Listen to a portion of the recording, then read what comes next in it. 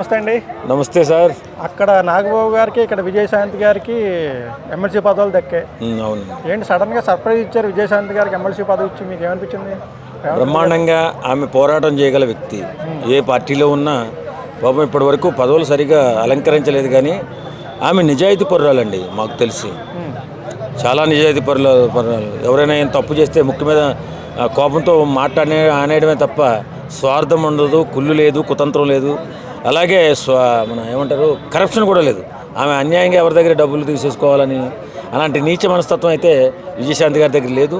ఆమె గురించి మాకు విన్నాం, ఆమె ఎలాంటి మనస్కురాలో. కాబట్టి ఈ ప్రభుత్వం, కాంగ్రెస్ ప్రభుత్వం ఆమెకి పదవిచ్చి గౌరవిస్తుంది. కాబట్టి కంగ్రాచులేషన్ సార్, మీరు ఆమెను తీసుకున్నందుకు. ఆమె పోరాటం రేపటి నుంచి ఉంటుంది శాసనసభలో. అంటే ఏంటి, పార్టీకి సేవను గుర్తించి ఇచ్చారంటే అర్ధంకి దయాకర్, శంకరనాయకం, ఇంకో ముగ్గురికి ఇచ్చారు కదా. అవును, పార్టీకి సేవ గుర్తించి ఇచ్చారా, లేకపోతే క్యాస్ట్ వైజ్ ఈక్వేషన్స్తో ఇచ్చారా, లేకపోతే ఏంటి? క్యాస్ట్ వైజ్ ఏం కాదండి. ఆమె ప్రచారంలో చాలా బాగా కష్టపడి పనిచేశారు. అలాగే ఎవరు రికమెండేషన్స్ కూడా తీసుకోరు. ఆమెకి ఉచితంగా పదవి ఇచ్చినా తీసుకోరు. ఆమె ఇక ముక్కుసూటి మనిషి, చిరంజీవి గారిని లాటల్నే ఎదిరించిన మనిషి ఆమె. కాబట్టి ఎందుకంటే ఆమెకు ఆ పదవి ఇచ్చి గౌరవించారని చెప్పి నేను అనుకుంటున్నాను మన రేవంత్ రెడ్డి గారు. కాబట్టి ఆ పదవికి ఆమె న్యాయం చేయగలదు. రేపటి నుంచి శాసనసభలో ఆమె తాలూకు వ్యవహార శైలి, ఆమె ఎదిరించడం, పోరాటం చేయడం, యుద్ధం చేయడం అన్నట్టు ఉంటుంది. ఏ పని చేసినా మంచిగా ఇచ్చారు. కాబట్టి ప్రజాక్షేత్రంలో కూడా వెళ్ళి సేవలు చేసే కార్యక్రమం ఉంటుందంటారా? ఖచ్చితంగా చేస్తుందండి. ప్రజాక్షేత్రంలో ఆమె సేవాగుణం ఉంది ఆమెకి. ఎవరి దగ్గర డబ్బులు తీసుకోవాలి, రాజకీయాన్ని వాడుకోవాలనే ఆలోచన ఉన్న మనిషి కాదు. వీళ్ళు గౌరవించారు కదా, కాబట్టి ఆమె గౌరవంగా ఆ పదవికి అన్ని తెస్తుందని నేను అనుకుంటున్నాను. సో అంటే మంత్రి పదవి ఇస్తే ఎవరికి ఇస్తారంటారు? అద్దెంకి దయాకర్కి ఇస్తారా, లేకపోతే విజయశాంతి గారికి ఇచ్చే అవకాశం ఉందనుకుంటారు? ఇప్పుడు ఆడవాళ్ళని గౌరవించుకునే పద్ధతి మనకుంది కాబట్టి విజయశాంతి గారికి ఇస్తే బాగుంటుందేమో అనుకుంటున్నాను.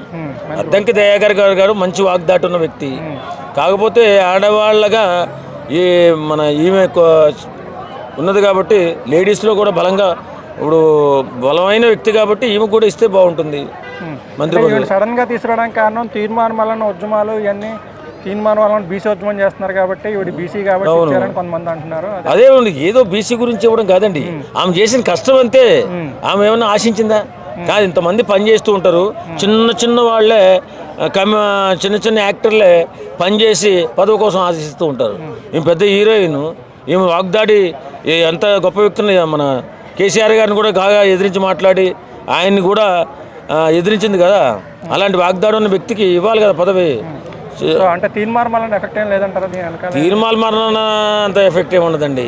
విజయశాంతి గారు తీర్మానం వలన బీసీని ఆయన ఎదిరించడానికి అని అదేమి ఉండదు.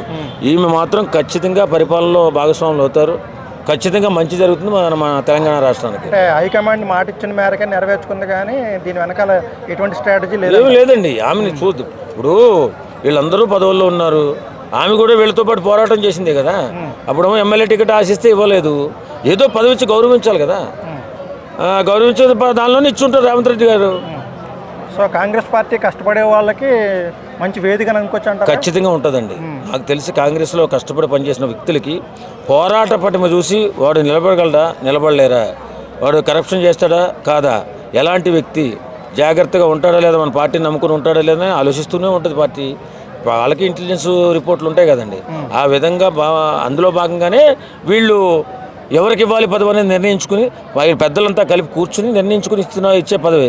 ఏదో కులాన్నో మతాన్నో బీసీ అని చెప్పి ఇచ్చేది కాదు. బీసీ అనే ఒక ఎమ్మెల్సీ ఇస్తే సరిపోతుందా? చాలామంది బీసీలు ఉన్నారు ఇందులో కదా. కాబట్టి ఈమెకి ఇవ్వడం మాత్రం సంతోషం. అంటే కాంగ్రెస్ పార్టీలో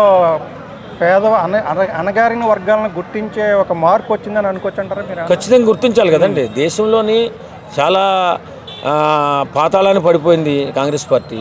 కాబట్టి అందరినీ గుర్తించుకుంటూ పోతే రేపు భవిష్యత్తు ఉంటుందేమో ఆలోచన ఉంటుంది కదా. ఇప్పుడు కొత్తగా వచ్చిన ఇన్ఛార్జ్ మీనాక్షి నటరాజన్ గారి ప్రమేయం చాలా ఉంది. ఆవిడ ఎఫెక్ట్తోనే ఇప్పుడు ఈ పదవులు కూడా ఇంత విధంగా ఇవ్వబడ్డాయని అనుకుంటున్నారు మీరు? అంటే ఖచ్చితంగా అందరి ఆలోచన ఉంటుందండి. ఎవరికి ఇస్తే పదవి అన్నీ తెస్తారు, ఎవరికి ఇస్తే మంచిగా పనిచేస్తారు, ఇవన్నీ ఆలోచించకుండానే పెద్ద పెద్ద నాయకులు ఎలా అవుతారు వీళ్ళు.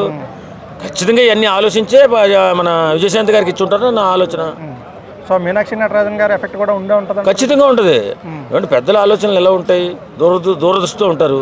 వాళ్ళ ఆలోచనలు బట్టే వీళ్ళు కూడా కన్విన్స్ అయ్యి ఇస్తారు పదవి. అంతే. థ్యాంక్ యూ అండి.